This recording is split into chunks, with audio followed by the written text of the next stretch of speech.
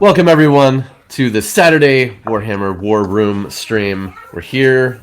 We've got our good friend Jessica who's leaving. Okay, bye. I don't know whether Sylvester wants his chair back or not. Oh, okay. That's fine. He does. He wants his chair Okay. back. Can we see him? Yeah, totally. Sorry for the loud noises. Oh, that's all right. Oh, there he is. He just had a bunch of water. Okay, good. Which there's water cups here that it's either my cup or their cup. At this point, I just can't. I can't change out my cup every time. Sure. That they start drinking. I've just accepted the reality. Yeah. That I share spittle with kittens. Yeah, he's my good guy though. And for those who have been invested in his progress, it's about as of tomorrow it'll be 5 weeks since the surgery. Oh. Wow, already? So, yeah, crazy, right? And he's been sleeping in the sink ever since his 2-week post-op checkup. So, which was what he was doing before he was sick, or before I knew what he had. And so it's annoying and concerning. And this is the first time he's not been in the sink. So I'm just trying to give him a runway to do whatever the frig he wants. Sure. Yeah. Let him acclimate and make his own normal.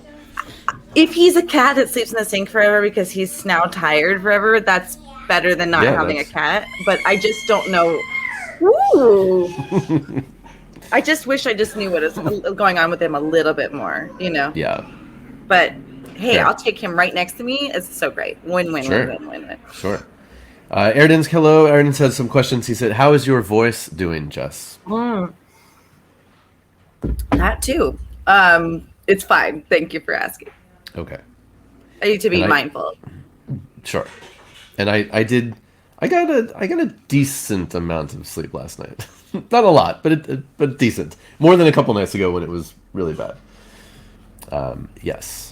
Yeah, I did. So yeah, I did Warhammer last night on Hyper, which was fun. Still in our fucking thunder. Well, I mean, I was invited, so. No, they are, not you. Yeah. You gotta go. I gotta. But if you're from Hyper, welcome. Yes. Did you tell them to come in today? I didn't quite get a chance, unfortunately. I was going to, but the Hyper show. Yeah. Hi, Builderess. Builderess is right. I do bring thunder.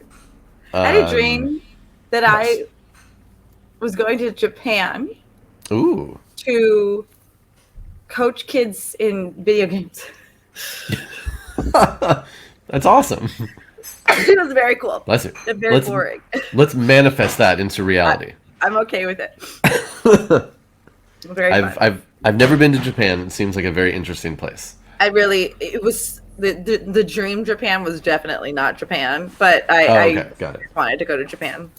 Oh yeah, probably from my perspective, the best thing about going on Hyper last night is that people were really excited about. We had a thing where people could donate to name models that were on the field. So I got to name a bunch of things out of my book, which was actually really fun and really silly. Actually, that's really cool. Yeah.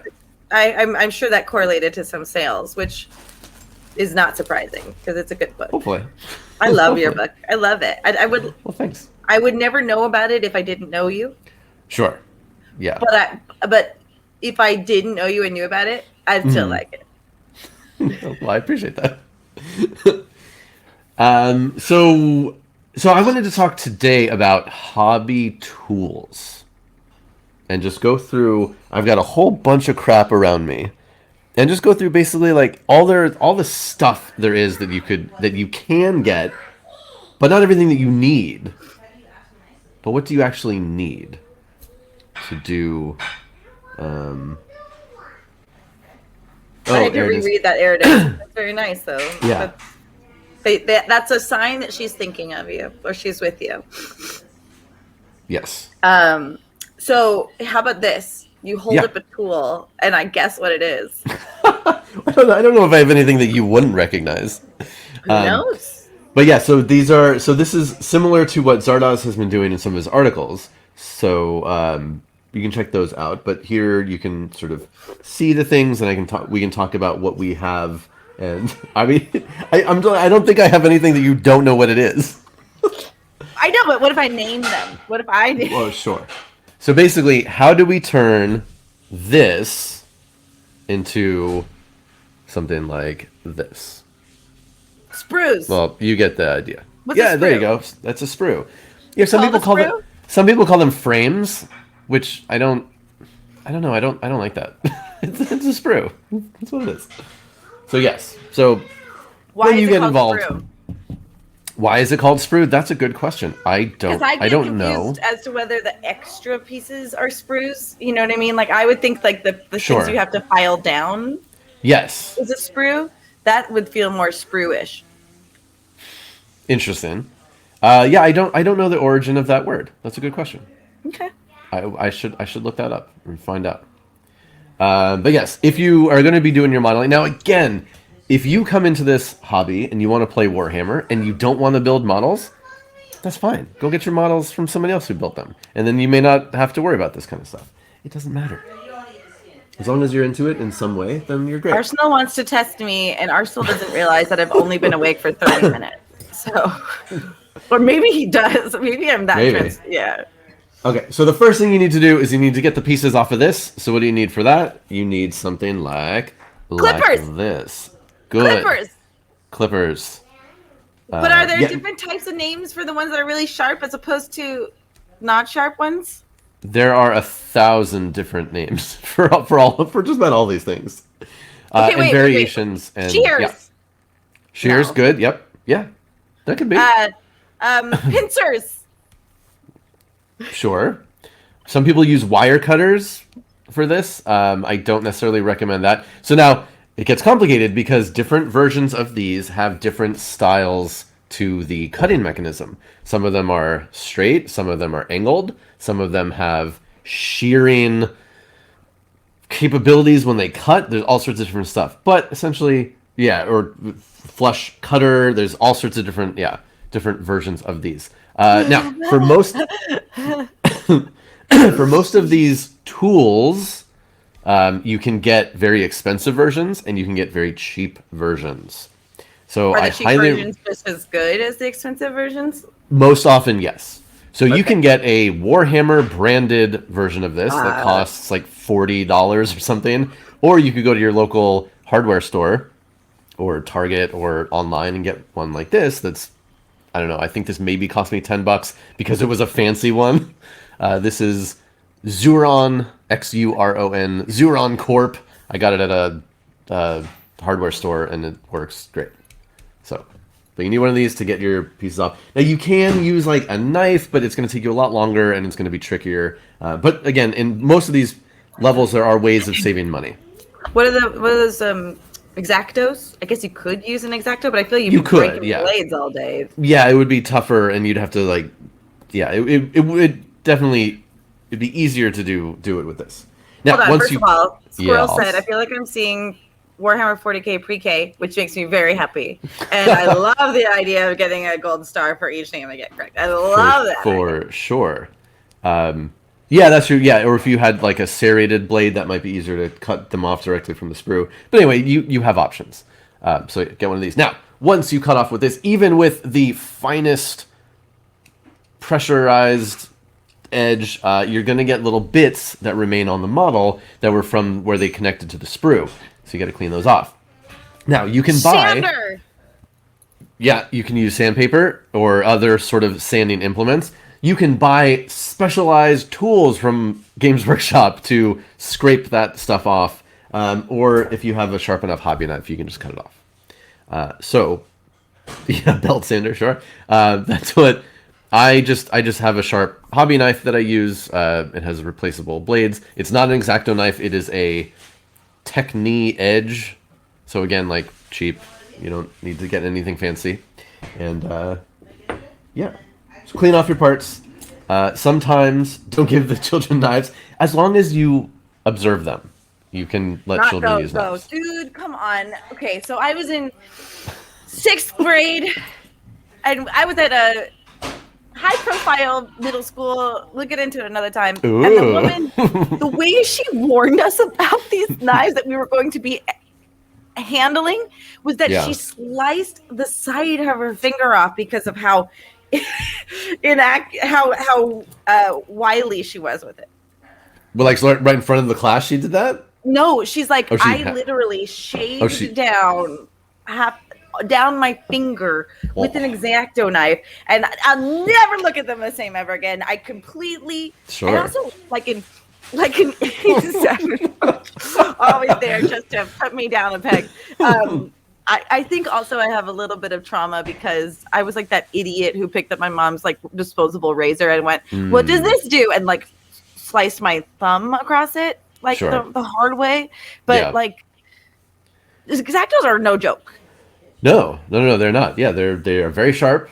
And I know people who, instead of using a knife like this, they just have razor blades and they just do stuff with razor blades.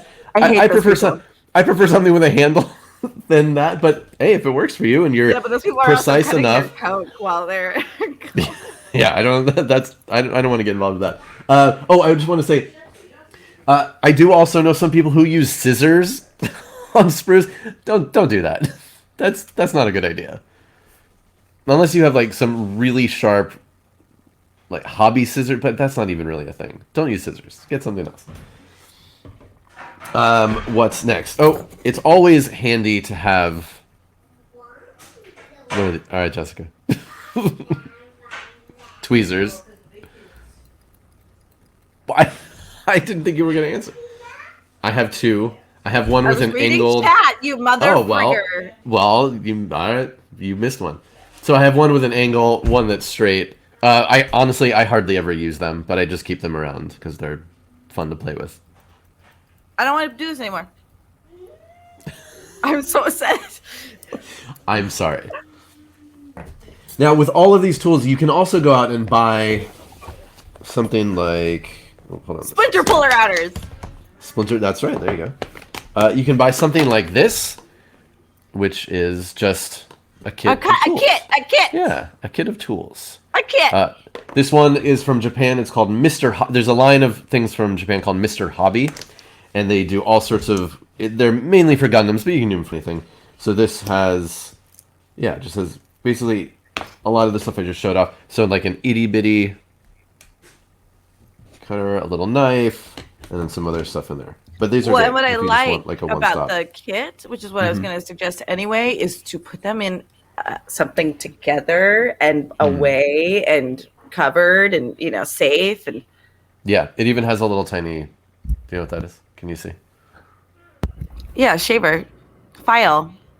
Yeah, it's a little... It's just, for sanding things. Erdence, did you hear my kit story the other day? We'll have to talk about it another day. Like Knight Rider kit? Yeah, that was the one where Mr. Feeney was like, are you telling me you're giving me line reading? Yeah. So good. And look, I found more magnets that I had put in this kit and didn't know. Huzzah. So you can buy... Huzzah. So you can buy kits like that. You can even buy them, at hobby stores, or I'm sure your local hardware store will have stuff like that as well. All right, so you get all your stuff cut out. You get all your pieces. You have them arranged. Now you need to build them. Building is good, right? Now, if you are building with resin, there's still one step that we have to cover, is you need... Cleaner, yes. I've talked about it a lot before, but resin parts, there's a special coating that they put in the molds so that when they spray the hot resin in there and it solidifies, they can get it back out of the mold. It's called mold release, and it sticks to the parts. And you have to get that off. Toxic, right? Probably. What's the toxic stuff? Remember your friends were over and they had to soak it. It was toxic. Well, resin is toxic. So in a hardened plastic form, it's okay to handle and touch and do all that other stuff. But if you were to get pieces small enough to breathe in, that's really bad. You don't want to do that. So if you're sanding, you can't sand resin without a respirator. You can't drill into resin without a respirator and all that kind of protection. Yeah, so you do have to be a little bit careful with stuff like that. But yes, you also need to clean your resin before you do any work on it. So I highly recommend. LA's totally awesome. And again, it's a goofy name. I don't recommend it because I'm in LA. It just happens to be the name of the product. Super cheap. You can get this at the dollar store, most dollar stores, and it's really, really good. Yeah.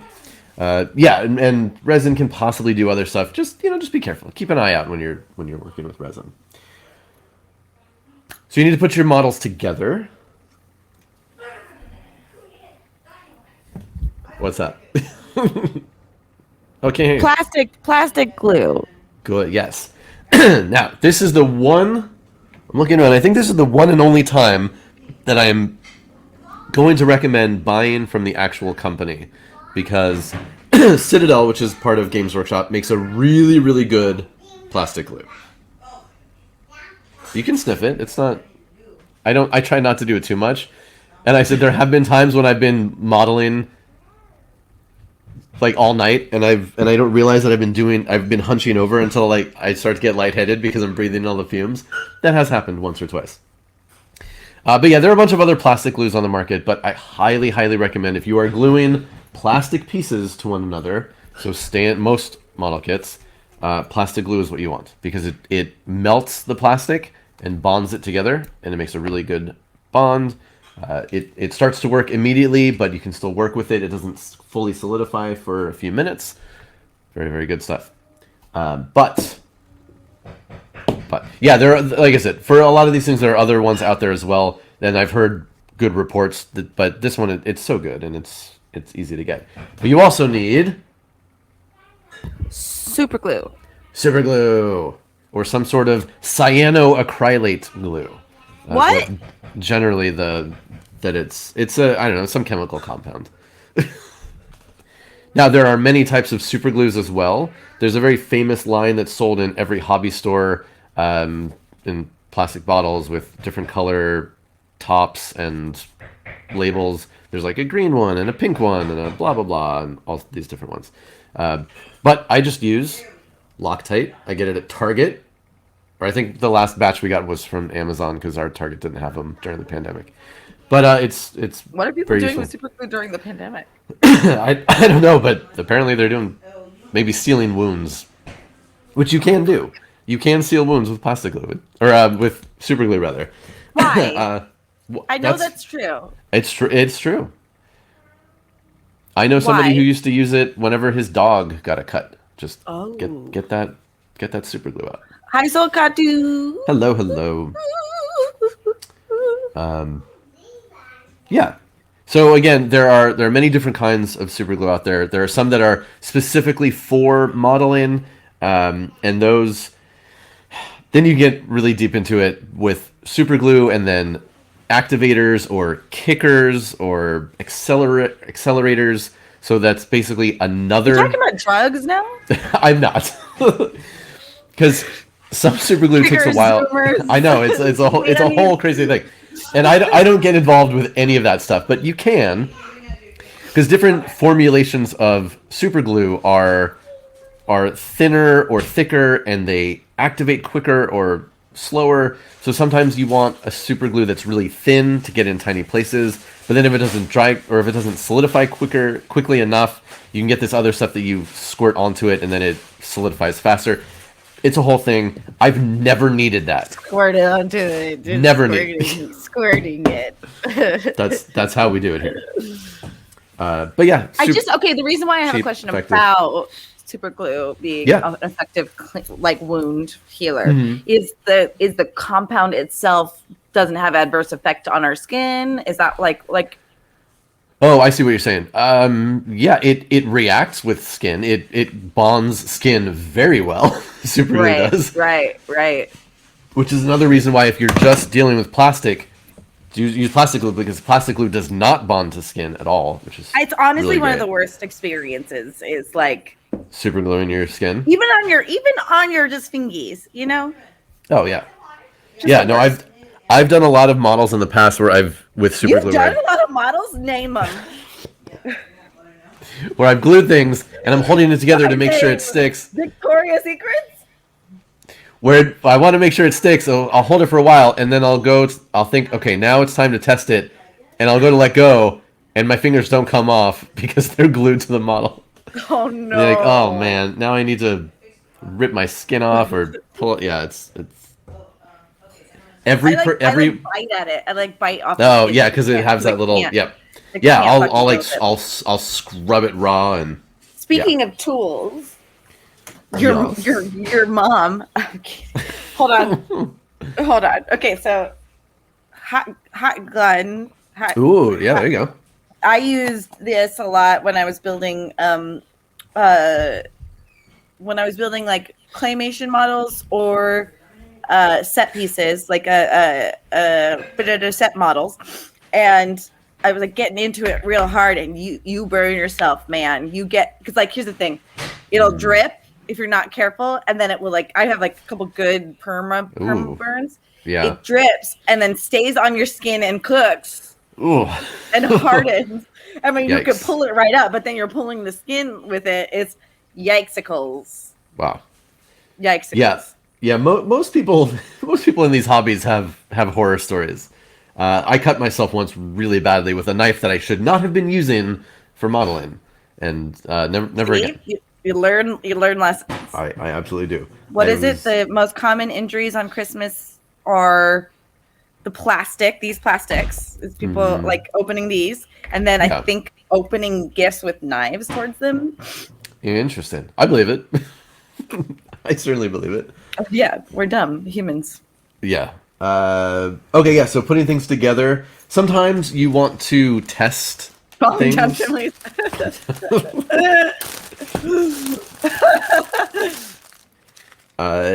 you want to test things or see if things will hold in place, or just use other kind of things. So you can get things like, you know what this is? Tacky. Yeah. Is it gummy, or is it? Yeah. Yeah. So I've heard it referred to like earthquake stuff. Like you put things like if you don't, just like a little shake, like you could put it under all your toys. You know. Yeah. There's a million different names for products like this. A lot of times it's called tack of some kind. There was a famous line that was blue, so it was just blue tack. But whatever. Yeah. There's a million things, but it's just. Yeah, it comes in like usually in strips or blocks. You pull a piece off, you work it till it gets malleable. I see. You have to work it. Okay. Yeah. So just pulling a piece and then attaching it won't make it really sticky. Yeah. So right now it's pretty tough, but if I pull off a piece, and then just heat will make it soft. I see. So because I've failed. I used to have collectibles, or used to collect all the Disney glass figurines, and I had a bunch of them. Yeah, I one of the strange. I loved them, and I don't think they're all gone. One day, maybe I'll get them again. But they all had like orange tacky under them.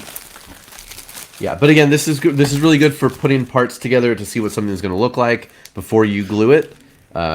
Especially if you're mixing and matching parts and making your own thing, it can be very handy. Or just to hold something in place while you're working on something else. So again, not 100% necessary, but yeah, dry fitting. Well, I guess it's a step up from dry fitting, because dry fitting is just when you hold two parts together and see if they fit, or if there's something getting in the way. Dry fitting is also when you don't fit on it and. Yes. Then you can get, if you're making, sure. If you're building, thank you, squirrel.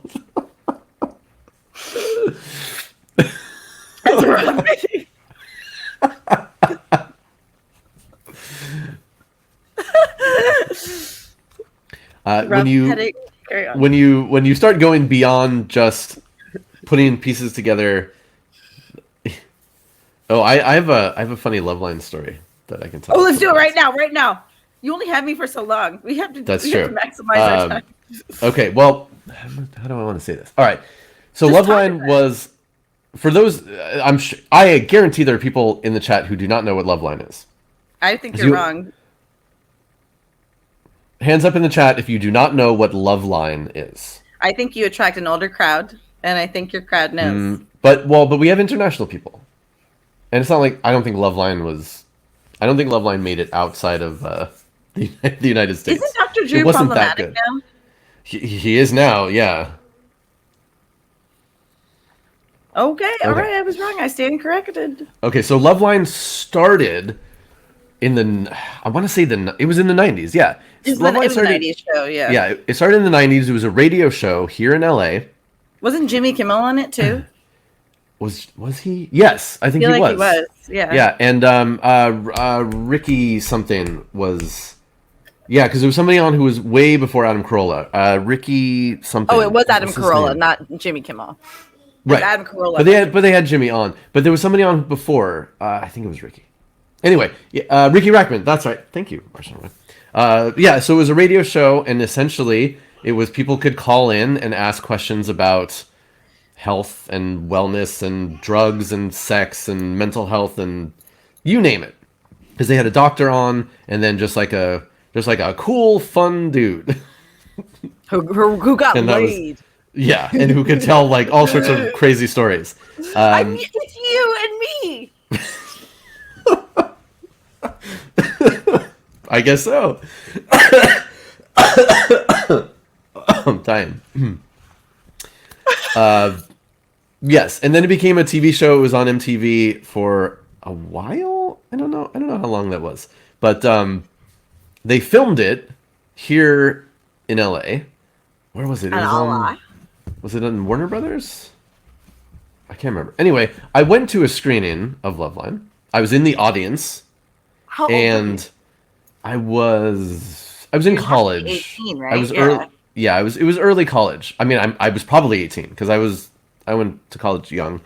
Because you're just like this. Well, no, I'm just saying because I. And then so what they would do is they sat everybody in the audience, and there was like a special guest, and they'd do all this stuff, and then they would ask, okay, does anybody want to ask a question to the host? And depending on the group, like sometimes there'd be lots of questions, and then they'd have to weed through and pick the best ones. And so there was, I thought of a question to ask, and then I did end up asking the question. I'm not going to reveal the question. Because at the end of, hold on. So I asked a question. It was a dumb question, and they kind of just blew it off. They answered it, but they blew it off. I don't think that episode ever actually aired, and I don't know why. But I don't think it ever actually made it on TV. So I don't think my other little star turn ever made it out there. I believe the band was it was one of the I bands. Incubus. No. In Excess. What was it? No.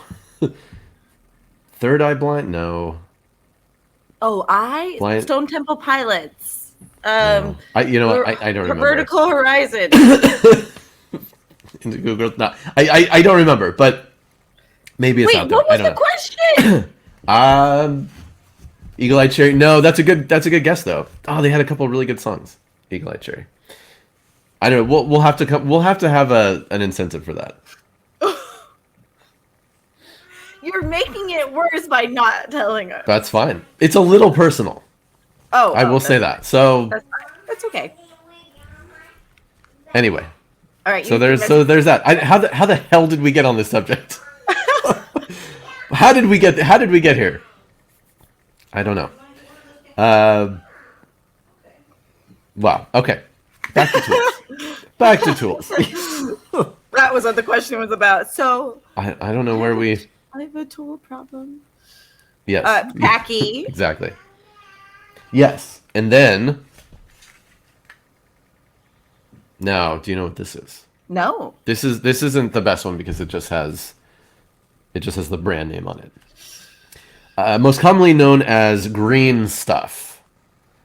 So when you're building models, often, and you're mixing and matching parts and making your own things, you put it. Yeah, but it's it's a more advanced form of putty, essentially hobby putty.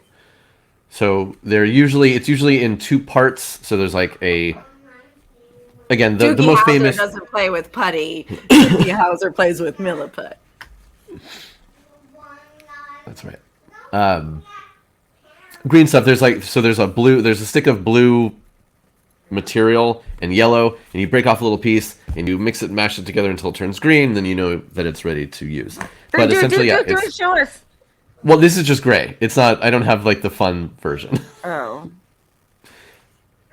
It's not as visually interesting. Just because the chemicals, they stay. In theory, this stuff will last forever as long as you keep it dry and the two chemicals separate. But once they interact, then they solidify into a rock-like substance. Oh! So you want to use this to like change maybe the style of a model, or So this is often used for filling in gaps. So sometimes you'll build, especially with larger resin models, the pieces won't exactly fit together, so you'll have like a little seam. So you jam this in there, and then wait till it solidifies, and then sand it down so it's flat. Or again, if you can use this for sculpting, like say you have a Space Marine and you want to give him a cape, you can make your own cape out of green stuff or milliput, whatever, or hair, or other things. So it's a sculpting tool and a gap filling tool, essentially. Yes, I was using it the other day, and I had extra, so I made rocks. I want to play with it next time. Okay, and again, like once it solidifies, it's as hard as a rock. Like a rock. Like a rock. So again, you might need that. Many people will never need this, but you might. Also, what are these? Guns. No. Magnets. Magnets. Also, for the advanced hobby person, you can use magnets in your models. Devotee. Yes. You can magnetize models so that you have optional parts, or if you want something that is articulated, that can spin around or whatever, you can put magnets in your models. To be fair, it's like I said, I've used magnets a little bit in my models, not a lot. It can be a gigantic pain to use them. You have to use super glue. You have to glue one part in somewhere and then let it dry completely before you match up another magnet so it doesn't yank it out of whatever you're gluing. And then you have to mark what side it needs to be so you don't glue on the wrong polarity so it forces them apart. There's a lot of ways. Killing me today. He's on it. It's like funnier than I am. It's a little problematic. So there are a lot of ways to mess up magnetizing, but when you do it and it works, then it's cool. Also, some models will have really clear, easy places to put your magnets. The inside of a housing, and then the back of a gun, for example, so you can pop stuff out. Other times, like there's no room for a magnet, so you either have to cut or drill to make a hole for the magnet to go. That's obviously less kind of like what fun. We saw John do with that gun. Like he was able to magnetize it. Yeah. Yeah. But like, yeah. Exactly. It seems like that one had a. That's why you say like expert level. So that's like, in a sense, you are being creative with the articulation in the way that you want it to and shit like that. Yeah, for sure. And I know the models that I've used that I've magnetized are mainly larger ones, vehicles. So vehicle weapon options are pretty good to magnetize.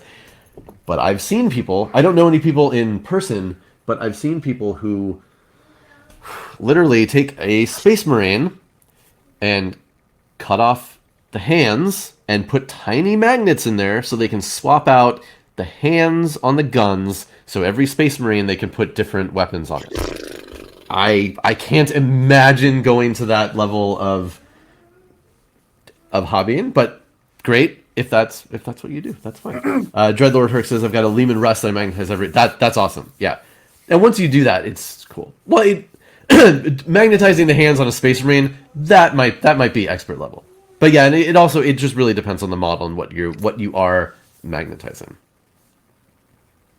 What? Squirrel is on thin ice. Okay. Last thing, when just when you're using this on resin, you need to scrub it. So get a nasty old toothbrush. And here's something: if you have small children, make sure this is not in their reach because they'll think that it's just a toothbrush that they can stick in their mouth. Fuck. And you don't want that to happen. Yikes. And that's happened. Did you go to the emergency room? I mean, thankfully we were close enough. We yanked it back out and washed out the mouth. Fuck. But I think we got it in time. I It was a little crazy. was not resin issues, but there was more than one brush with a spit cup, or my dad accidentally flicked tobacco, and it landed right on my eye. Ugh. Pretty bad. Yikes. That is bad. So with all of those tools, you should be able to build and create models, and then you need to paint them. Oh, fuck. I know, right? Or get somebody else to paint them. Whatever it is. So for that, okay, what do you need to paint? What tool do you use for that if someone else paints it? Money? Or something? I don't know. All brown.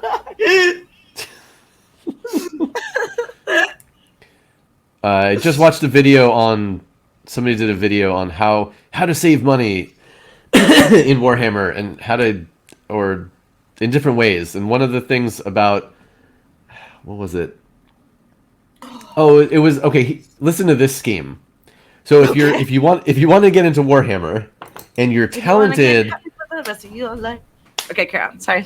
If you want to get into Warhammer and you're talented in building and painting models, but you don't have a lot of money, here's something you can do. Find a friend, basically a richer person, or meet somebody at the hobby store, like hang around and scope them out, which sounds super creepy. Sure. And then offer them, say, hey pal, have I got a deal for you? Every time you buy something, buy a second one. Give them both to me. I'll build and paint them all and give you your set. I mean, in some world, I'm sure this works for some people. It's kind of bizarre, but I mean, yes, to commission painting is usually to commission really good painting on models, especially more than like one model. It can be insanely expensive. So if there were, I don't know, it seems like a unicorn situation to get that to work, but totally, sure. Especially because it's like the same fucking model you want. Like, yeah. I'm sorry, hold on, I'm tripping. Okay, don't trip. There are some interesting people out there in the hobby, and some interesting YouTubers, especially. Some of their takes are a little weird sometimes. There's, oh man, I don't. Yeah, Solkatu, that's also a great. Yes, if you're a commissioned painter, you can charge a bunch of money, and then exactly like. I mean, yes, thank you. Yes, in a weird I think you just figured out what the actual issue was with that. Yeah, no, but in a weird way, this guy got you to talk about it. That's true. Well, I'm not going to name who it was because I want to talk more about this character, but I don't know if I should. Anyway, you need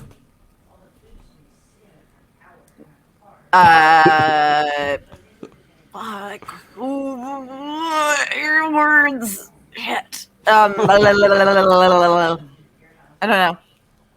You need paintbrushes. Now, you can get Citadel Warhammer brand paintbrushes. I know it's not going to do it, but whatever. You can get the official paintbrushes. You can go buy fancy paintbrushes like Winsor and Newton. They're not even that fancy, but they're usually pretty good. You can buy weird little hobby brushes. I can't even read the name on this one, but it's a weird little itty bitty brush. You don't have to. You can just go buy crappy brushes at Target, Walmart, whatever. And those could work for you. Those could work. I think they could. They might not last a very long time. They might degrade. They might not hold paint as well, but I got to the point with my paintings where I would wear down paintbrushes so much, but I wouldn't know how to use it to the point that I wore it down. Like it was just like it was in a groove. Yeah. But it's kind of hard when you're trying to do exact lines and thin, small stuff. You really want a specific paintbrush for that. Yeah. But yeah, I'm just saying that you don't necessarily have to go out and buy hundreds of dollars worth of brushes. There are cheap brushes that can work. Depending on what you're doing. I would almost advise buying a paintbrush as you need it. Like even if it's a slower process, like don't go and buy here's 7 brushes. Yes, I definitely agree with that. 99% of my painting is with this one brush. Yeah, but that's it what works, it starts becoming part of you, right? Like yeah, all of a sudden you know how to do everything with it. Yeah, I do. I know enough about painting that I know how to paint with the side of the bristles and the tip, so like I can do some different things with it. Yeah. Okay. Yeah, no, I'm walking away from that one. It was very clear. I know, right? I paint enough. I have some things painted. But yes, if I were doing like massive batch painting and painting 100 models at a time, I would probably like to have some other and more brushes. Now, I'm going to talk specifically about brushing by hand and not by airbrushing. That's a whole different subject. I'm actually dabbling in that world. Jessica, I don't know if you heard, but I do. We have You did get it? There is an airbrush in the house that is for me. And we actually just got in. Oh, I don't even know how to pick it up. One of these. Boom! Look at that. You're so pretty. Air goes in and out of this thing, I think. Oh, there's don't talk about me like that. You're not airtight. Here you go. So there's. So I will be. I will be attempting to learn how to airbrush soon. I don't know when or if I'll be doing it on stream, but eventually we'll figure it out. Yes. Okay. Paints. Sorry. You need paints. Jessica, what kind of paints do you use? You need paints. I prefer Reeves for my paintings, and it's an acrylic because I paint acrylically. Cool. And I like Reeves. There you go. There are a million types of paints out there. Find what you like. These are Games Workshop, so they are expensive and they come in terrible little pots, but they have a really good range of colors. If you look at the packaging, it'll tell you what official colors were used for which thing, so that can be handy. I have a lot of their paints, but I can't necessarily recommend them. Again, mainly because of the container that they come in is so crappy. These dry out. They're a pain in the ass to open and close. They fall over. It's not great, but I don't know. But I use them. Other companies have great dropper bottles. Those are better. Army Painter is the other huge company that you'll see when you go to. This is Toxic Boils. It's a great name for a paint. And then Vallejo is awesome. I love Vallejo paints. Those come in good dropper bottles as well. It's good paint. Now, again, do you need to buy these fancy hobby paints? No. Like I said, I know really, really good painters, and they only use Walmart brand acrylic paints. And they're super cheap, and it's they all mix it up how and they you use it, right? Yeah, and it's all like the amount of water. I think Eliza Pearl said it that it's not 100% true, but different types of makeup is just what has more water in it or less. So like I've done stuff with just having an eyeshadow palette and adding more water to it. Interesting.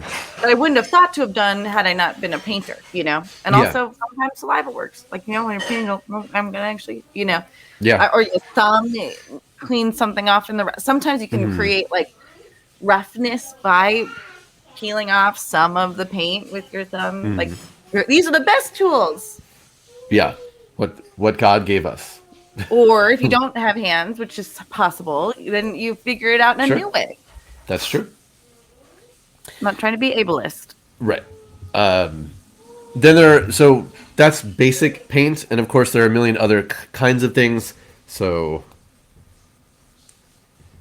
yeah, and Shovexani, I'm gonna talk about that in just a second, a little bit. So more recently, there is contrast paint from Games Workshop, but honestly, contrast paint came out a year and a few months ago. Every other company now has something like this. It's so great. Everybody's figured out how to make this stuff because it's basically just inks. So it's a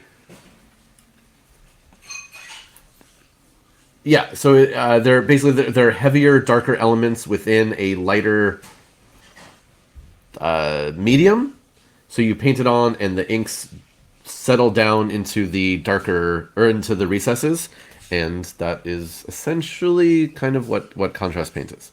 But again, yeah, you can get stuff like this from Green Stuff World, from Scale 75. Like there are a bunch of other companies that make things that do this. Now, yes. So what other people are talking about? When you go to paint your models, you'll use things like these that are like essentially they're called base colors or layer paints. Those are kind of interchangeable, and then you absolutely need things like these. So these are need shades or washes. If there is one modern people call it a hack, or if there's one like easy special thing to jump your painting light years ahead, it is shades and washes. Why? What do they do? They instantly add depth and shadow, and yeah, it's a cheat, you could also say. It turns your model from having flat colors to just giving it depth and shadow. I wish I had a good example of something that I had done it on, but yeah, you can take a model that you'll look at it and be like, okay, I mean, like the colors are all in the right place, but it just doesn't look great, and then you slap a shade or slap some Nuln oil on there. That's the most famous one. Essentially it's black, and then it just looks so much better afterward. Okay. Very, very good. So yeah, the most used ones are the Nuln oil, which is black, and the Agrax Earth Shade, which is brown. So there are a bunch of these for different colors depending on what you're putting it over, but these are really important. And again, other companies make these too. Army Painter has basically this that comes in a container, and you literally dip your miniature into it and pull it back out. Which is sure. I kind of love it. Like, why not, right? Yeah. Everyone's at the end of the day, it's all technique, right? Like, yeah. What gets you to your end goal sooner? Mm-hmm. Yeah. And then beyond that, there are a million other things out there you can do with paints. You can use oil paint if you want, if you know how to do it. I don't. That's a whole other crazy world. But I know people who do use oil paints on miniatures.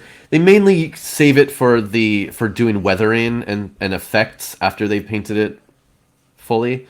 I don't know. Yeah, I've dabbled in oil like lightly, and it is a tough medium. It's a tough medium.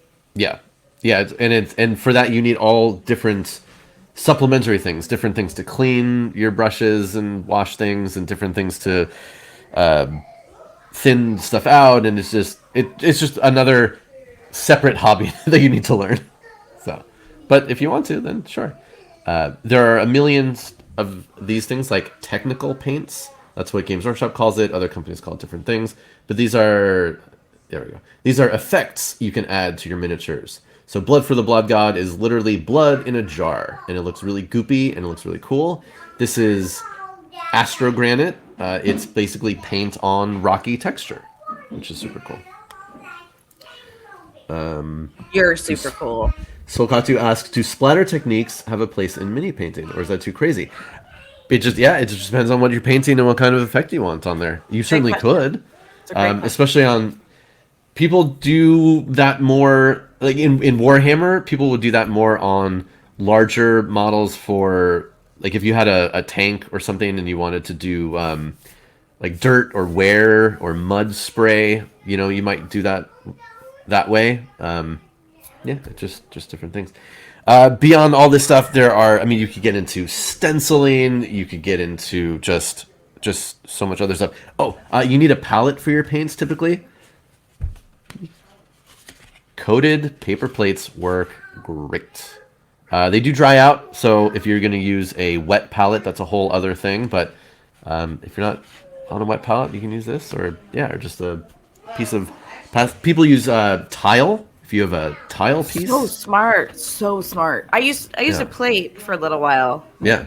Like an actual plate. This was the wrong thing, but I took like a piece of a journal. But by the time I used enough paint, it then became non-porous. Sure. Yeah. In order to use it. There was. Did anybody see the documentary about the Dungeons and Dragons artists? It was. Were they sexist as well? A little bit. A little bit. It was an interesting documentary. It wasn't like the best, the most well-made documentary I've ever seen, but it had some really cool stuff. And I forget which artist it was. I think it was Larry Elmore, who is like one of the giants of fantasy artwork. But he showed his setup, and so he would have these giant easel, giant easel with a big thing, and he'd paint, and he had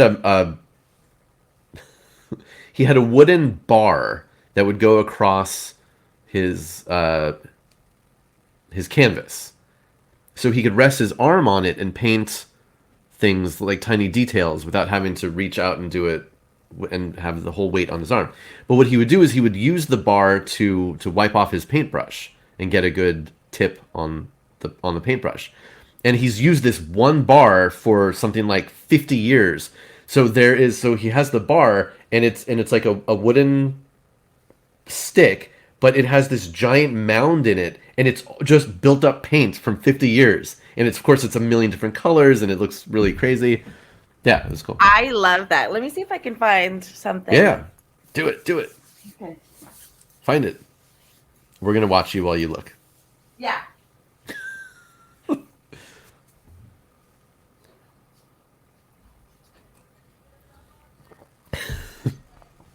He liked to keep using the same thing, but it was cool.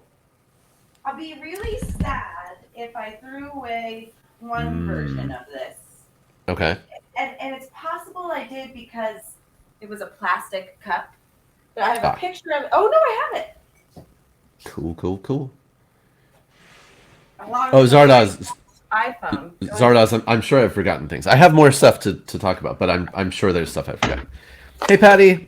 Today's going well. Hopefully you're having a good day as well. Okay. So this one is just when I was doing a lot of blue. Ooh. And this is not, I wasn't painting in this. I was using this as a water cup. And one of the things I was doing required that's actually better for the other story. So it was like drying in layers. And I thought that turned out pretty, yeah, that's neat. At least from my point of view. So this one was different paint or canvases. And a lot of this technique I was using at the time was keeping a lot of paint on the brush, dipping it in the water, and then twisting it against the cup in order to drain a lot of the water out and like basically make the brush thinner. And then it turned out into this like really cool. I think it turned out like very cool when the light hits it in a certain way. Let's see. Yeah. I don't know. Maybe it doesn't look as cool as I thought it did, but cool. Yeah, I really love marigold yellow. And this was actually primarily for the boat painting that people have seen me work on it. Yeah, at this point, I can't put more water in it. It would just like bring pieces of dry paint. Yeah, yeah. But yeah, you can almost see the different. You can't see it, I guess, but and also so funny. It looks the colors look so different here than they actually are. Yeah. Because like this blue that you're seeing is actually very green, which is so weird. But yeah, that's that.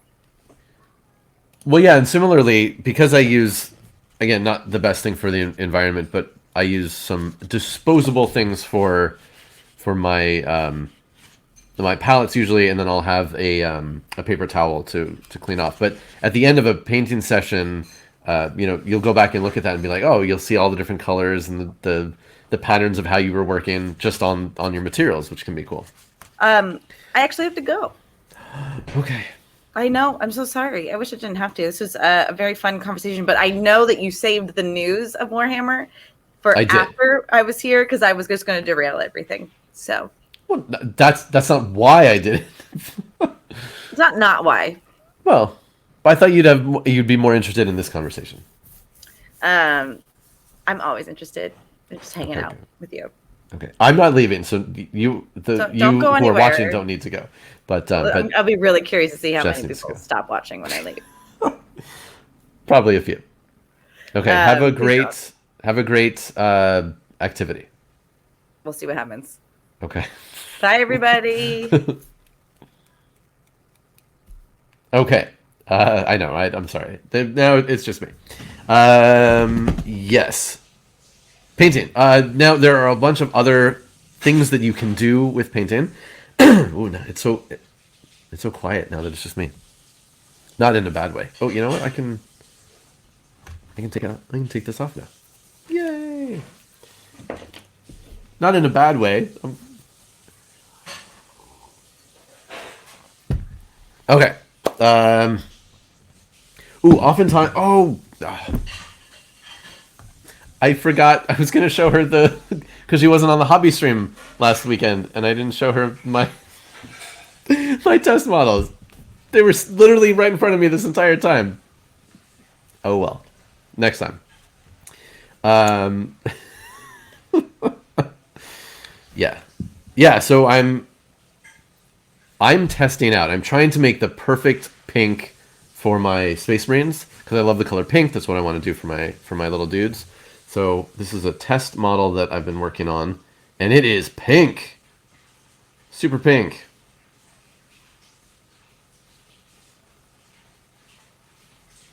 And I've got some green accents. The lighting is not the ideal for this. It's not quite as blown out in real life, but he is super pink. It's testing. It's not, and then so what I'm doing. Games Workshop does not have a pink. I know this isn't pink, but does not have a pink that looks like that on a model. Just does not exist. I've looked at other companies. It's tough to find a really good pink. So what I've actually been using, I don't have the specific one, but I talked about this, but my wife uses pigments in her soap making. So pigments are body-safe materials they're derived from natural things, and this one is, there's that. So the pinkest pink stuff and like the blackest black, those materials, they look really cool, but there's some videos out there, hobbyists have used those to paint miniatures, and they don't always have the best consistency for painting miniatures. And the finish doesn't always come out so well on miniatures for some reason. But I'd love to try it. I'd love to play with it. And so these are... Now, when you get pigments, it's a powder. And it's really chunky powder. So I've been experimenting with a bunch of different mediums to try to create my own paint. Now, again, this is well beyond what most hobbyists will need to do to paint miniatures. But, so I've been using, like, Flow Aid... This is specifically for thinning out paints for airbrushes, but I have a bunch of different mediums I've been trying and mixing my own paints.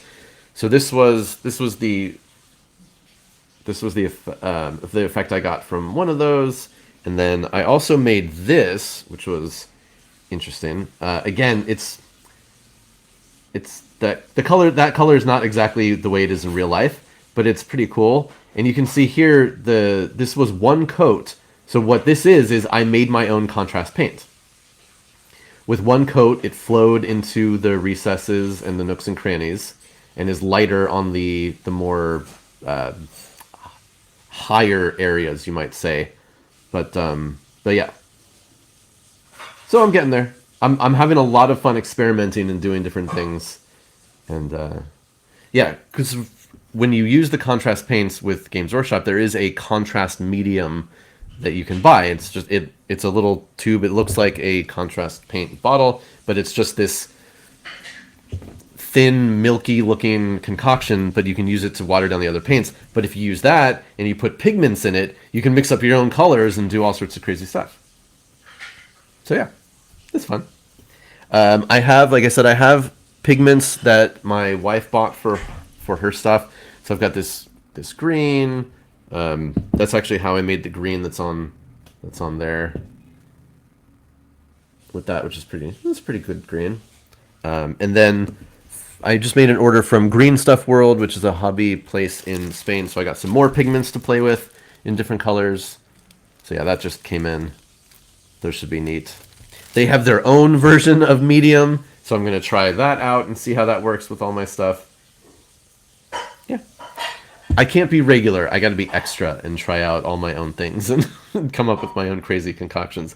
Basically, all of this just delays the point at which I'll have a fully painted army. But, you know, what are you going to do? Yeah, I'm excited about the purple.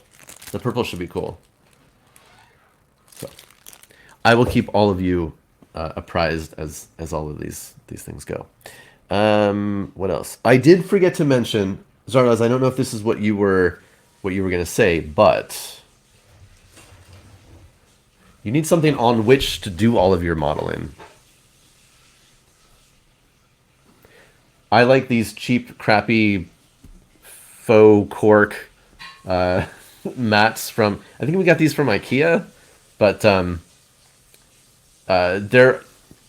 companies will sell you specific hobby mats on which to cut and paint things. Basically, like, they're soft enough that a knife will go into it, but it won't cut all the way through, and it won't scratch or scar whatever surface you're working on. Just get something that'll do that for you. Oops, sorry, I don't want to yell right into the microphone. So yeah, once you're working with paints, it's also handy. It's tough to hold. Sometimes it's tough to hold a miniature and paint it at the same time. Actually holding on to. Yes, some miniatures will have a good base. Some don't. Especially like if you're doing Dungeons and Dragons stuff. That he's got a really teeny tiny base. It would be hard to hold that and paint at the same time. There are official holders that you can get. And it just has a spring-loaded mechanism on top.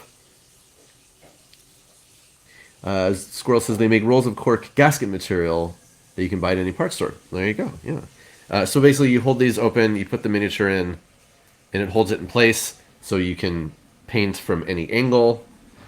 Games Workshop now has a whole line of these. This was the original. You can get this in red. You can get a larger size version of this for models with bigger bases. You can get one that has little tiny articulated arms to hold pieces.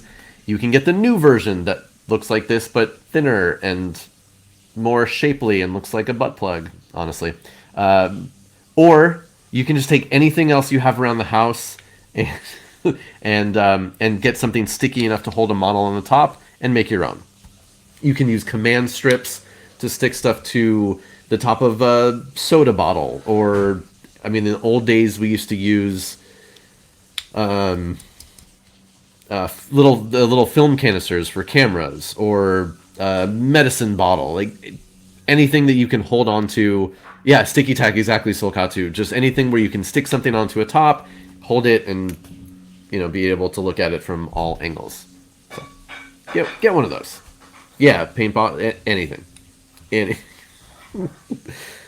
Right? If you had the right partner, you could. Well, we don't need to get too graphic. Even beyond paints and all of this stuff, there's lots of other things, especially in Japan for Gundams and other types of models. There are lots of markers that you can get to use, especially for panel lines in armor. But I mean, these things can be used for anything. So you can get these in art supply stores and hobby stores. I think this one. Oh yeah, so my Mr. Hobby set also came with a Oh, an official Gundam marker. There you go. So yeah, don't feel like you're constrained to just using brushes. There are other things out there that you can use. When it comes to your models, you get the paint done. It looks great. But what's the last thing you need to do is the base. You don't want to leave a bare, boring base on there. There are various things you can do. Some people like to just paint their base one solid color. This I actually just repainted black so it would just look more interesting against the test colors. But like there was one edition of Warhammer where all of the promotional materials had a specific green color on the base. So some people paint their bases that way just to be retro. But otherwise, you want to... Yeah, I know Rabid Wombat. There you go. Yeah, Gundam markers. They're cool. They're... It's another tool that you can use. I also know people who use the fine tip... whatchamacallit? Fine tip Sharpies. And especially the metallic Sharpies are really cool for adding detail and doing trim work. So, use pens if that's what you're into. But there are all sorts of fun things you can do with your bases. I talked about this a little bit on a recent stream, one of these, I think, with Jessica. But again, you can buy basing materials. You can buy rocky bits. You can buy this puffy flocking material to make grass. Or you can make your own of all this stuff. It's possible. You can buy... A bunch of different companies make tufts. And they are little tufts of plants. You can stick them on, and it does add quite a bit of realism, and it sets the scene in your miniatures to have this kind of stuff on the bases. It looks cool. This guy does have that grass on the base. Ooh, where am I? There you go. And it looks cool. It's a neat effect, especially when there's a lot of there's like a nice variation of color in it. It makes it look even more realistic. So you can do, little plants. And you can get these in every color known to man and humankind and beyond. They have them in like neon colors. They have some where you can color them yourself. They're very cool. Or you can even go beyond that and create and craft and make your own basing materials. So again, something that we got from this Green Stuff World company, we got some of these. These are texture mats or texture rollers. I don't know how well you'll be able to see it, but there's a crazy pattern on here. So if you make clay or putty, you can roll this onto it and get this weird embedded texture. And then you get a flat piece. You let it dry. You cut it up, and then you can make bases out of it to put your models on. Paint it, obviously add effects. A million different things you can do with bases. A lot of people will cut up spare bits of sprue to make just debris on a base, or because they are beveled already, you can make bricks out of them. There's so much you can do with basing. We could talk for days and days and days. Yeah, exactly, Solkatu. Yeah, for building and making your own terrain, all of this stuff, same properties. What else? I will say that as you accumulate more and more of these tools and paints and effects, storage becomes an issue. Where the heck do you store and put all this stuff? I do have... Games Workshop at times in the past has made their own hobby boxes and things. I actually have one of those. I found it on a crazy sale once. More recently, my wife found this at Ikea. I have not yet put everything in it. I really need to. But this is neat. It has 2 opening sections and then a big empty spot inside. And these parts open up and have all 2 different sections within. So again, just anything that gives you space and space where you can organize. I'll probably put in some sort of dividers to keep things. Yeah, and lots of people use tackle boxes, Squirrel, for sure. I have a tackle box that I used to use for transporting miniatures to games and things. But yeah, a lot of when you go to Warhammer events, you'll see a lot of tackle boxes. Probably the most or the biggest accumulation of tackle boxes outside of an actual fishing event.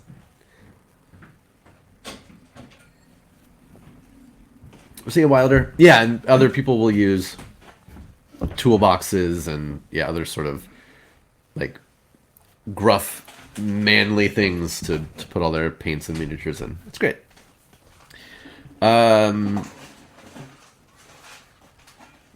Okay, sorry, what did I miss? I'm sure I missed things. And also, again, the way you hobby is the way you hobby. There's nothing wrong with doing things differently or using different kinds of tools. There you go, Zardoz. Well, that's true. Yeah, that's part of painting. But yes, once you build your model, put it all together, before you apply actual paint to it, you do need primer.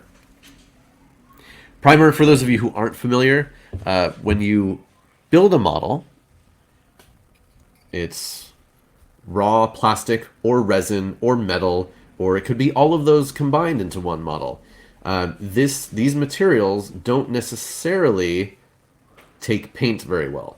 Paint might smear off of it, not stick really well. So primer, it's a kind of paint, but it's very thin. It goes on very smoothly, and then basically, so you're painting on the primer instead of the raw material of the model. Yes, primer again is one of these things where it's CHRIS is my Chris. You can buy Games Workshop primers. They have a range of colors for them. Bless you.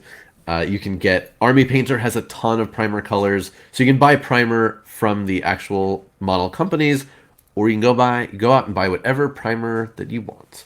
People use testers like spray paint. Why is this? I look blurry. When you're by yourself on StreamYard, things don't always look quite as good. But yes, primer is primer is a whole other conversation that you could get into. But just find one that fits you like the color, you like the consistency, and you like the price. And I guarantee you there's a primer out there for you.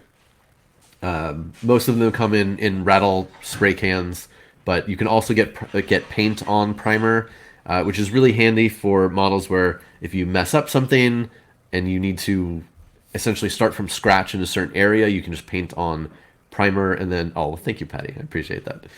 It's just sometimes like for some reason StreamYard interacts weirdly with cameras and things will just be blurry for some reason. It looks blurry, but whatever. Paint on primers, and then like contrast paints need light colored primers generally, so Games Workshop makes specific contrast primers, which of course you can use with anything. There are different techniques for priming. Zenithal is a name you might hear, and it's essentially you start off with a dark primer coat, but then you get lighter ones that you do from certain angles, and then it builds in shadows in your model that you can exploit later in the painting process. It's a lot. There are a million YouTube videos on all of these things if you want to hear from the actual experts. I am not an expert painter. So I know what I know what I don't know, and I'm good with that. There's always things to learn.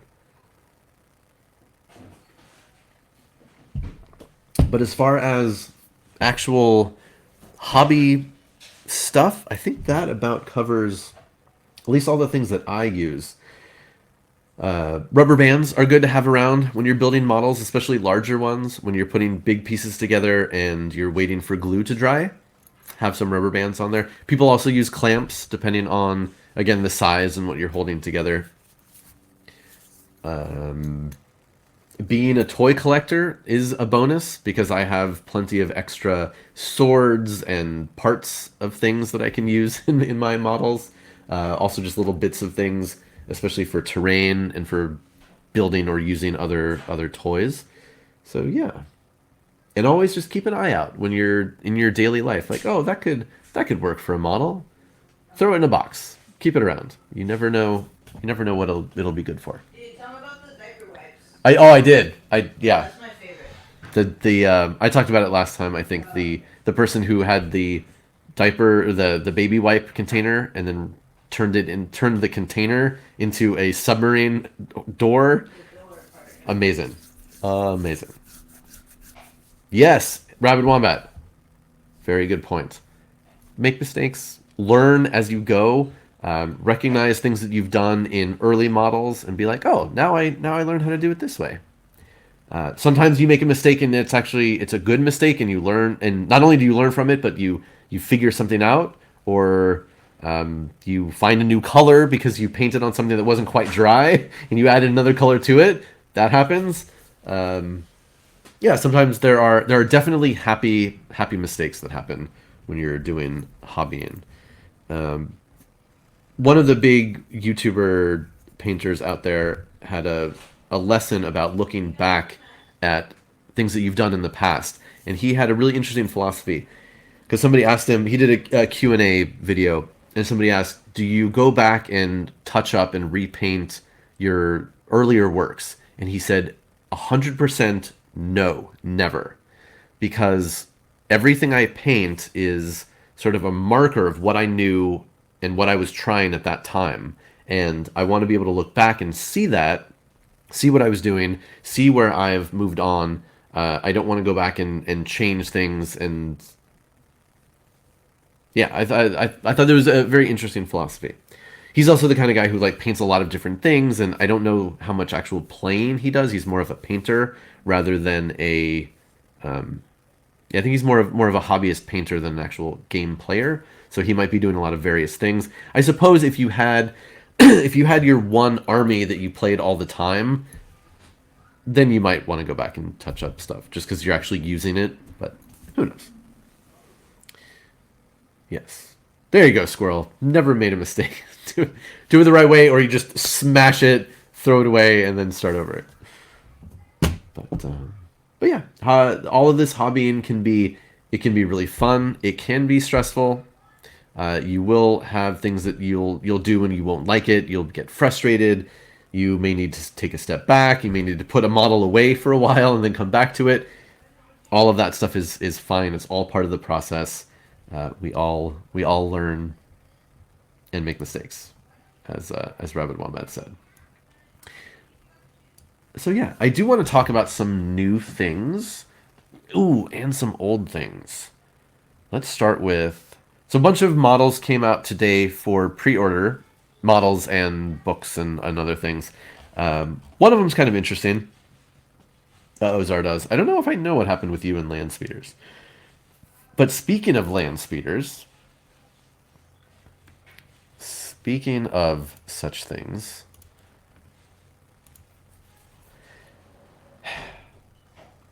Land speeders are interesting. Land speeders are used by Space Marines. They're basically hover trucks. They're hover vehicles that fly around. They can either transport scouts on them. There's one version that does that. There are other versions that pack different kinds of weapons. They're generally very fast, very light. They have light armor, and they've got some kind of cool gun or missile launcher or something on there. Depending on the edition, they've been useful or garbage. I don't think land speeders have ever been great. And yes, they are named after the character in the lore who rediscovered the schematics on how to build them. His name was Arcan Land. So they are not called land speeders because they speed over the land. They are named after Mr. Land himself. That's also where we get the Land Raider. They don't raid land. They're named after Mr. Land. It's goofy shit. What am I going to tell you? I can't justify that. Share screen. Do this one. I know. Sure. It is what it is. But there's a new one coming. This is the Storm Speeder. It's the the biggest, the heftiest. It has not one, not two, but three Space Marines in there. There's the there's the one all the way at the top who's got his face sticking up right between the barrels of those guns. I cannot imagine that's a comfortable way to sit in a in a vehicle that's going to fight. Yeah, it's called the Storm Speeder. Even though there was an old land speeder that had a storm variety to it, the reuse of names sometimes is really awful. Some of the older land speeders had different variants that could have basically different weapon loadouts, and some of those had meteorological names to them, like Tempest and stuff. So there's a reason why that name could be used again for Storm, but it's silly. Yeah, it's goofy. Now, also, there's a long tradition. Oh, I should have found this picture. Let me see if I can find it real quick. There's a long tradition of these vehicles looking dumb. Let me find. Because the very first one was really stupid looking. It was basically a couch with engines. Well, yes, the Land Speeder Storm, right? That is different. Where's? Oh, I want to find a picture of the actual original one. Is this a good picture? Okay, this should work.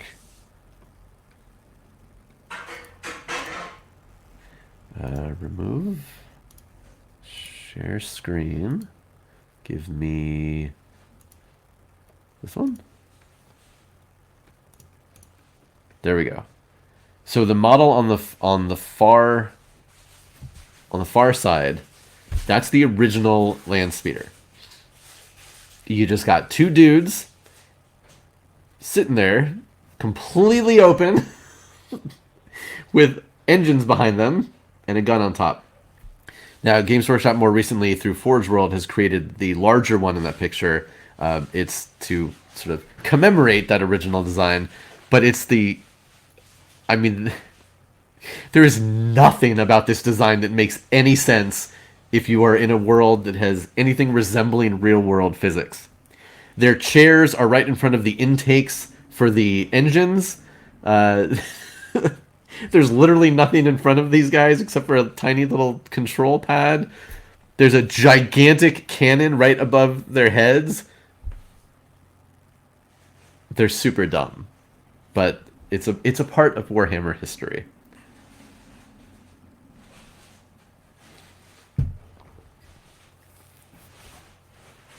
Yeah, I know. It looks like It looks like they didn't have enough parts to build the full thing, so they just made this.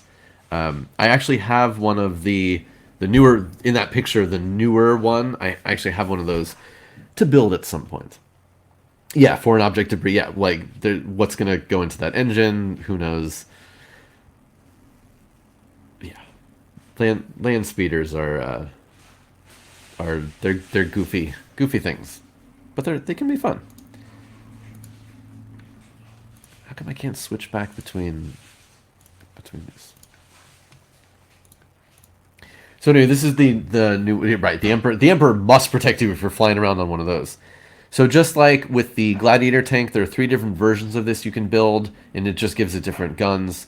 So there's this one, which is for shooting at infantry because it's got the Gatling cannon on the front, the heavy stubbers the stubbers on the top. There is this one that's more for, and I can't remember the names for each one of these. This one's got missiles up there. Again, missiles that are shooting off right by that guy's head. It's got the 3-barreled, I believe that's a Las Talon there in the front. And then this one with a Las cannon in the front. And then more missiles by the dude's head. So those are fun. It's an interesting model. Oh, this one's cool. It actually, you can see there are missiles under the little wings too. Yeah, he's wearing a helmet. He'll be fine. It's all fine. I don't know that I have any. I don't know that I need one of these. This might be a good one to do like another incentive and build it with all you people and have you decide on like the name and what I'm going to do with it. That could be cool. We'll see. But yeah, other than that, the pre-orders today, there are a couple of other Space Marine things that are coming out. Essentially, the multi-part kits for the things that came out in the Indomitus box. So those are starting to roll out more easily. But I do want to talk about a certain group of Space Marines. I'm not sharing anymore. Why does this say it? Oh, I see. I am still sharing. Hold on. Let me get rid of that. So going back a ways, we've talked about Space Marines, the origin of Space Marines, a lot, because it's interesting. The first legion of the Space Marines are known as the Dark Angels. Dun dun dun. They love to talk about how they're the first legion. Oh, look at us, we're the first. Somebody has to be number 1, and then number 2, and then number 3. Like, it doesn't matter. But yeah, the Dark Angels they're special. They're special for a lot of different reasons. Let me get a good picture here. Oh, this one's good. We'll use this one.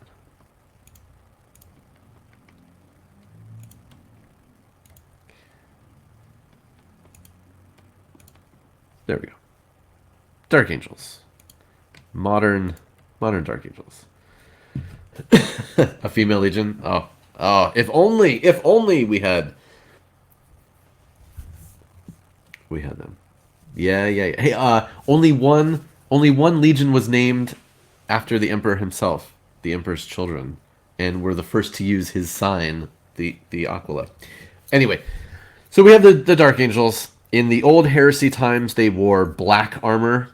That has changed, although they do have some things that are still painted black. Their Primarch is the magnificent Lion L. Johnson.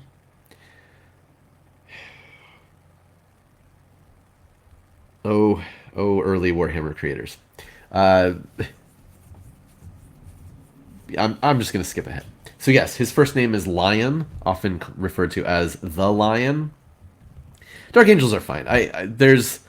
There are several memes about the Dark Angels that are just endless and continue over and over and over again. So it's easy to fall into those things.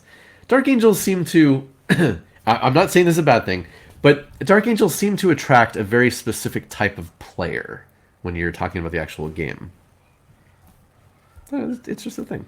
And again, I am friends with Dark Angels players, so again, this is not a bad thing that I'm saying. Okay, so how do we describe the Dark Angels? They come from a planet called Caliban, and on Caliban was essentially Zardoz. Excuse me. Zardoz, just the best, friendliest fellows become Dark Angels players. So Caliban was a magnificent... It was essentially a fantasy world. So think of your Dungeons & Dragons worlds of forests with dark, mysterious secrets in them, wild beasts in the forests that you have to watch out for, and you need heroic knights to go and slay those beasts. And so there were the Knights of Caliban, these knightly orders, and they had their knights and their squires, and they had all of these different levels of bureaucracy, essentially, and secrets and hidden lore and all this kind of garbage. So they had this whole knightly order built into their society, even before the Lion ever made it to the planet, the Primarch. He ends up taking over. He leads the Knights of Caliban. The Emperor comes, picks him up. Lion becomes part of the gigantic war machine for the Imperium of Man. Ends up turning a bunch of those knights into Space Marines, going with him. Then some go back, and their secrets, because again, they're very secretive about stuff that goes on Caliban. Lots of secrets. So many secrets. They're all about secrets, and they don't trust anybody. Never trust anybody. Never tell anyone our secrets. So many secrets. So many secrets. But during the heresy, people who were back on the planet essentially revolted against the people that were out fighting in the wars, and then there were conflicts, and you couldn't tell who was who was for which side and who was backstabbing one another. It's a whole big thing with the Dark Angels. So as it turns out, a bunch of the Dark Angels abandon their Primarch and their principles, and they set up their own thing, and they go bad, essentially, from the Imperium of Man's perspective, and they become known as the Fallen, right? They were angels, now they are the Fallen. This has a very lasting psychological effect on Dark Angels, and again, in the lore, like a very fundamental effect on their legion, and then what becomes a chapter. They hate the Fallen more than anything else in existence, and they will literally drop everything to go and hunt down a single member of the Fallen if they hear that one exists. Even to the extent when the Dark Angels are part of a larger combined army of the Imperium of Man fighting against a Xenos threat, chaos somewhere, if they hear that there's a Fallen member on a nearby planet, they will literally up and leave and screw all their allies who are fighting this battle. Don't care. They go off and they leave. They are that dedicated. This has actually happened in the lore. They are that dedicated to hunting down, and they have good reason. Because of course, all of this is secrets. Because there are Space Marine chapters that if even one member of that chapter turns to chaos, that entire chapter is annihilated because they were weak and there was the taint of chaos. Even if it was just one, they kill off everybody. So if it became public knowledge that some of the Dark Angels fell to chaos, well, we got to get rid of the Dark Angels. That's just the way it goes in the Imperium of Man. Yeah, exactly. So they have to keep a lid on those Fallen. Essentially, as far as like what they use, what they look like, and what they use as far as their war machine, they pretty much appear as every other, as the Codex compliant Space Marine chapters. They use basically the same armor and the same vehicles, with some exceptions.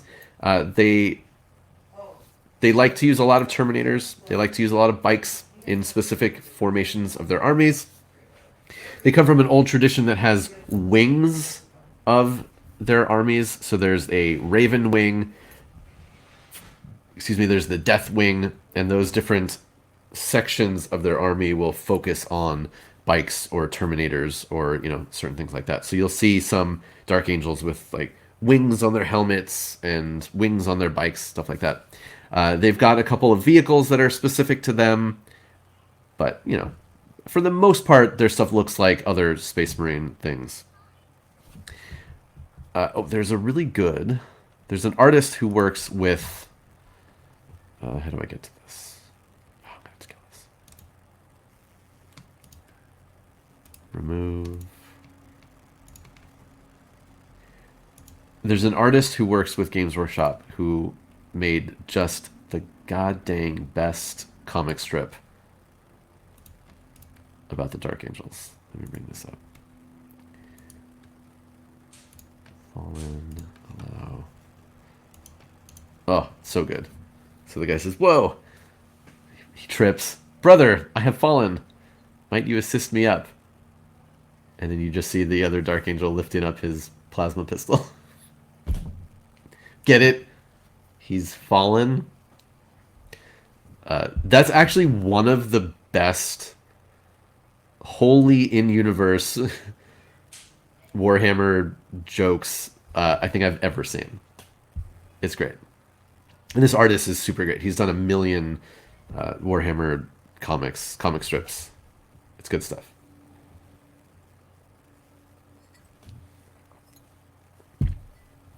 Yeah, and there used to be 6 of these wings from the Hexagrammaton convention of setting forth your army, but they just sort of let the other ones go because they didn't need them anymore. And I think Games Workshop couldn't think of cool ways to build that many models and organize that many miniatures. Like, okay, so wait, the fourth wing is the fire wing, and you got to do it doesn't matter. Yeah. So anyway, today up for pre-order are a lot of Dark Angel stuff. So you can get the Codex, you can get the Combat Patrol, which Zardoz has a whole article about what you get in that box, and other fun stuff you can do with your Dark Angels.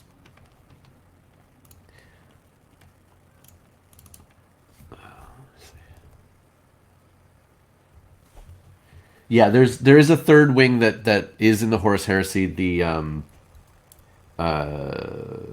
Dread wing, I think it's called, where they use more like terror tactics and rad grenades and stuff, like the destroyer squads. So during the Heresy, they had some different units who had some different weapons. Oh yeah, here's the thing. So yeah, if you want to start out with your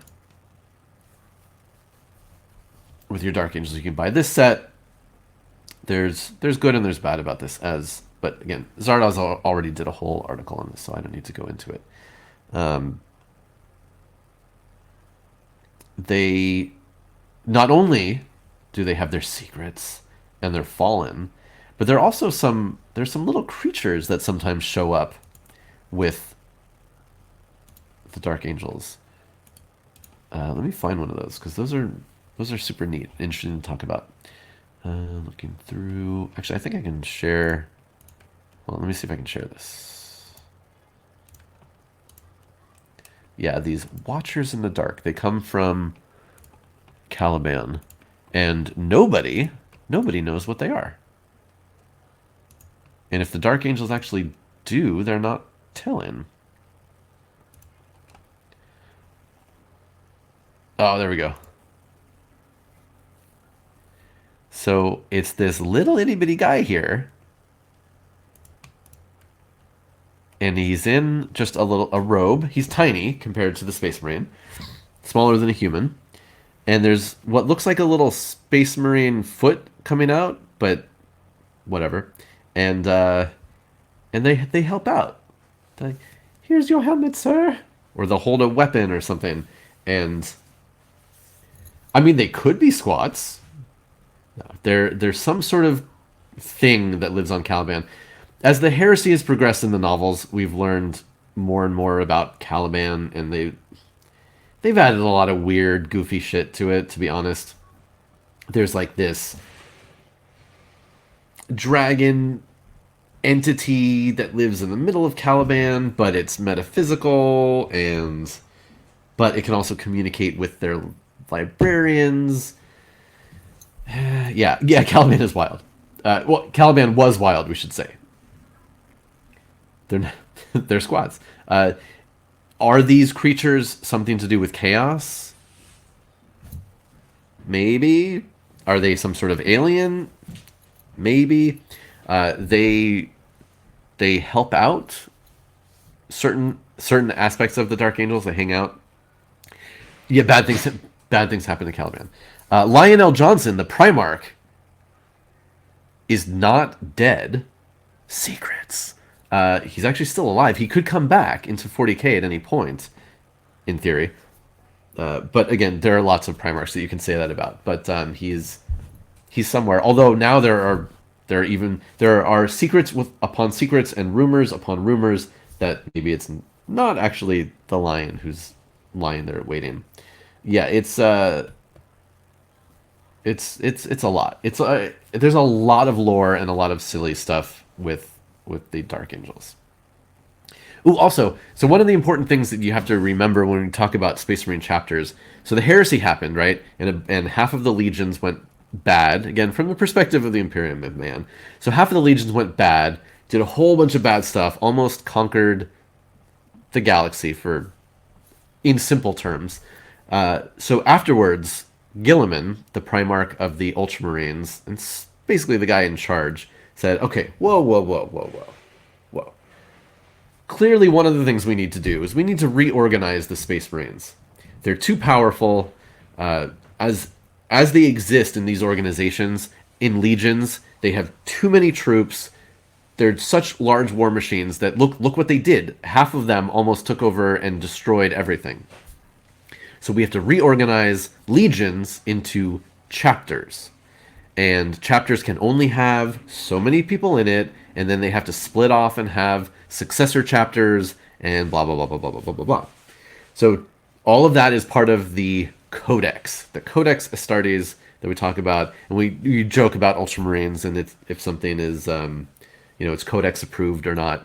But there is actually a book in the lore, and that has all of the information on all of this stuff. And so Gilliman writes this thing, and he goes to the other Primaris, and is like, here you go, do this now.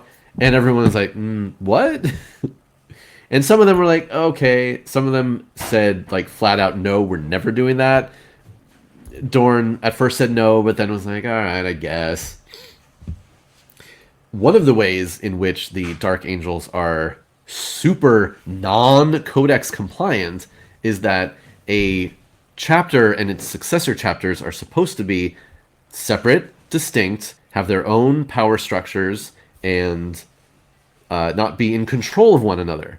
But the Dark Angels have successor chapters, but the Dark Angels are always in charge of them. So essentially, the Dark Angels have their own gigantic network of Space Marines. And ostensibly, the reason is that, again, if they hear of any fallen out there, they can all go and take care of it. But what it really means is that they're their own sort of private army with their own power structure, and that's not how things are supposed to go.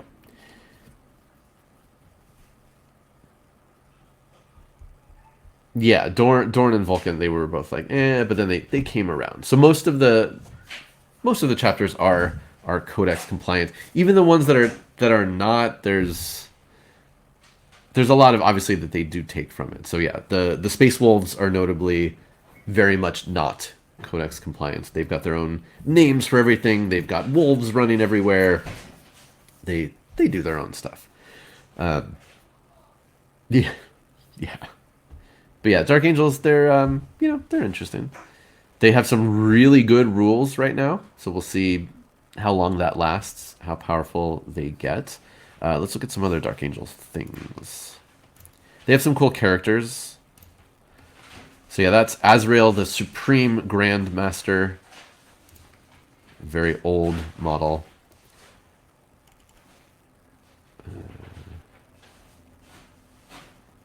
Lots of their dudes have hoods, so they have a lot of like robes and things to make them look more knightly, a little bit more gothic than some of the other ones. It's an aesthetic choice. Some people really like that kind of stuff. Some people don't. I mean, check out Asmodai here. He's got burning braziers and smoke coming out of his backpack, because that's something you want when you're going into battle.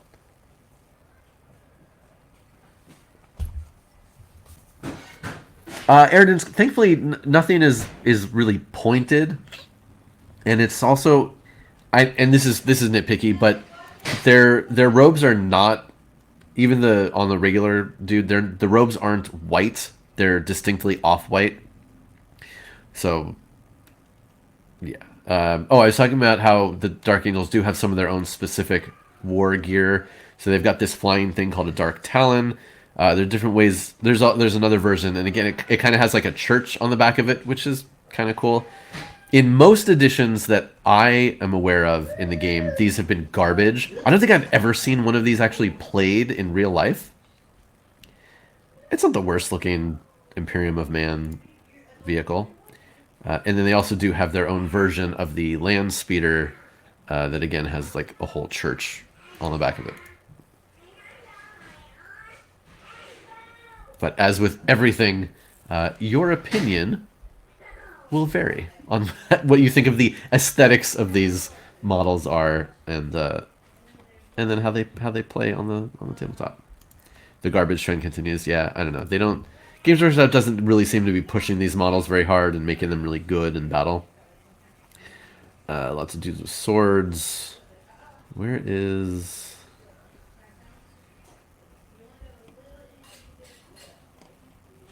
Sorry, just scrolling. It's probably at the bottom in sold out stuff.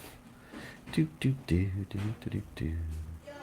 Oh, there we go. Yeah. So they have these special Terminators, like the elite of their Terminators, the Deathwing Knights. And again, like they have robes. I would love to see, I don't know if anyone's done it, but a diagram or a progression of how in the hell they get into their Terminator armor with these robes on, and how the robes fit inside the armor and don't get snarled in all of the joints. And yeah, go eat. Yes. They do have some cool weapons though. These Deathwing Knights. They are currently out of stock, unfortunately.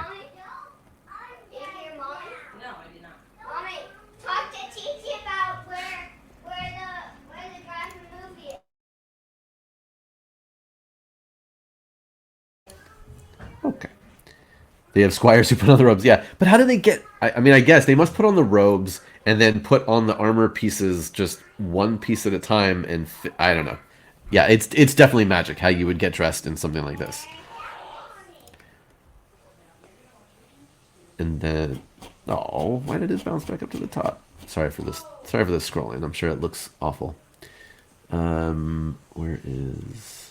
But yeah, their Terminators have some cool stuff. Mainly the heraldry. And the wings look cool on their things. Where are yeah, here are the bikes. And even their new Primaris guy gets the wings.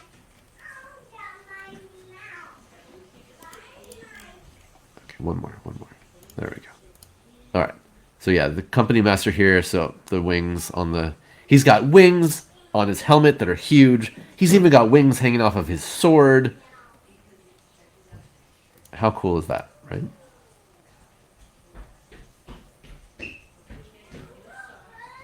He's pretty rad. Again, this is the new character they got who's Primaris, but even he has wings on his helmet. I'm gonna be outside getting my stuff. Okay, thank you.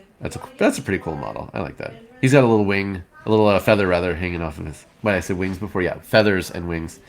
And then, yeah, so their Raven wing is all bikers, and so they have these additional wings and feathers sticking up off of their bikes. And then Samael is a cool dude, and he has one of these super rare in 40k. There are not many people with jet bikes. In 40k, they were more common in 30k, but he's got this really rad one. And then, look, there's a big old book on the front of it in case he wants to read, if he's bored on a long flight. Lots of wings and feathers and other stuff going on. There. So yeah, Dark Angels are, they're a thing. Yeah, this Samael is an old model. I assume it's going to come back in stock at some point. Not that it's like gone forever, although it might be. They might bring it back in a what's it called? Made to order. So like they only sell a certain number at a time. It says. Raven sword. Yeah, fine cast resin. Yay. Where we're going is far away. I didn't realize it's 45 minutes, just so you know. So we're trying to get measured. Okay. Oh.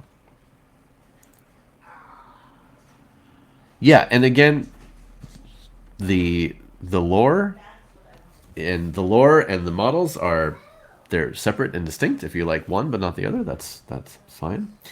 We'll talk. I saw some of you chatting about the Black Templars. Black Templars are interesting. We'll talk about those another day because there's a lot to get into there. Black Templars they're definitely a problematic part of the Space Marine lore. They're essentially, of all of the current Space Marines in 40k, they are the most, arguably the most belligerent, the most, well, of the common sects of Space Marines, they are the They're super xenophobic, super. They hate anything with zealots. That's a good word. Thank you. And they are covered in Iron Cross iconography or things that look enough like the Iron Cross. I know there are variations and there are versions. They're not all the same thing, but that's sort of what they look like. And there's a lot of and there are people who get into that army for not the best reasons, oftentimes. But we'll talk about them another time. We'll go into their history. They actually have some really interesting lore and some great characters in there. But yeah, there are definitely people who have they hate non-believers. They hate outsiders. That's cool. They have iron crosses. That's cool. And it's like, maybe not. Maybe let's find something else. But again, that's certainly not to say that anybody who plays or appreciates Black Templars are like that necessarily.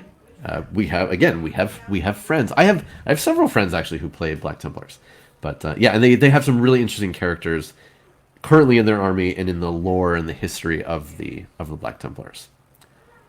So there. Unfortunately, it sounds like I have to get going. We do have. So here's the thing. Yeah, Bert for one, and I have, like I said, I actually have other friends who play Black Templars as well. So announcements, looking at things that are forward in time. Tonight, I highly suggest you all tune in tonight at 7 p.m. Pacific to the Home Buddies group stream on Cameron's channel, the Cameron Rice. It will be a new installment of Blood-Curdling Tales, Cameron's super famous horror RPG anthology series. I will not be there. Unfortunately, I will not be there. We have a family thing that we're doing tonight. That's partly why it's been so loud and things are happening, and also why I need to get going a couple minutes early. Barely. But yes, I will not be there, but I highly recommend you all go. I got a brief look at what the theme is for tonight, and I'm very sad that I can't be there. Let's put it that way. So it should be a great show. I highly recommend you go and watch that. He does not want to eat. It happens. After that, looking further forward, I know it's tough. As we often say, it is hard to be a baby. There are so many demands put upon you, and sometimes you just can't deal with it. We're not judging. We all have our meltdowns. Some are just louder than others. This week coming up, what was the big thing this coming week? Wednesday, and I'll talk about this more on my streams on Monday and Tuesday. But Wednesday is a huge, crazy day for me. It is World Read Aloud Day, so I'm going to be doing events publicly and not publicly. I'm going to be zooming in and meeting with some classrooms in different schools in the country to read part of my book and to talk about reading and reading out loud. I should have an article going up on the official website. Anyway, there's lots of stuff going on. My Wednesday Warhammer stream might be on at a slightly different time, just depending on how it fits in with those other things. I will, because it is World Read Aloud Day, I will be reading out loud some Warhammer fiction. I'll find a good section to read out of something, probably Horus Heresy, because those books are really great. I really like them. And then Wednesday afternoon, I think the timing will still work out. Wednesday afternoon, Pete and I are relaunching the Myths and Video Games stream that we do over on his channel. It'll be at 2 p.m. Pacific. We have an incredibly fun activity that we're going to do with Pete and I, and then have you all watching help us out. And we're raising money for some equipment and some video game stuff that we want to do on the channel, on that stream going forward.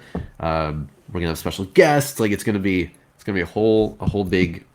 Wednesday is gonna be crazy. Wednesday is gonna be a big, long, fun day. I'm looking forward to it. Oh, I also have to record a video before Wednesday. All right. I'm busy. I have a lot of stuff to do, but it's all good. It's all good. And with that, I have to get going. So I would like to say thank you, everybody, for hanging out. I know we had a great first hour with Jessica looking at hobby stuff. Hopefully some of that was interesting. I don't know how many of you are brand new to the hobby where you need to look at everything like that, but it's always fun to... I also really like to see what other people use for all their hobby stuff.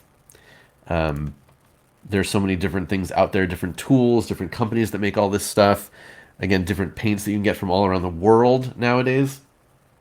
So yeah, see what other things that people are doing.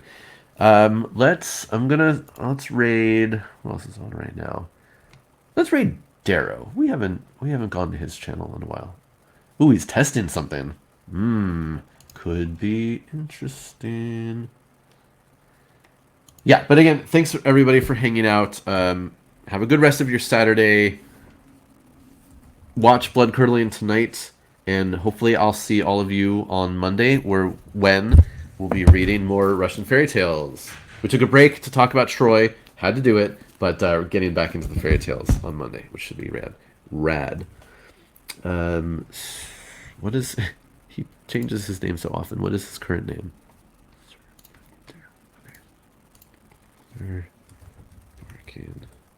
Let's see if this works. Okay, cool. It gives you all these weird messages when you raid sometimes. If you, like I said, if you are not going to be on Blood Curdling, and you know what, all of you just have a great weekend. Rest of your weekend. And hopefully I'll see you on Monday. Okay, have a good one. Say hi to Darrow.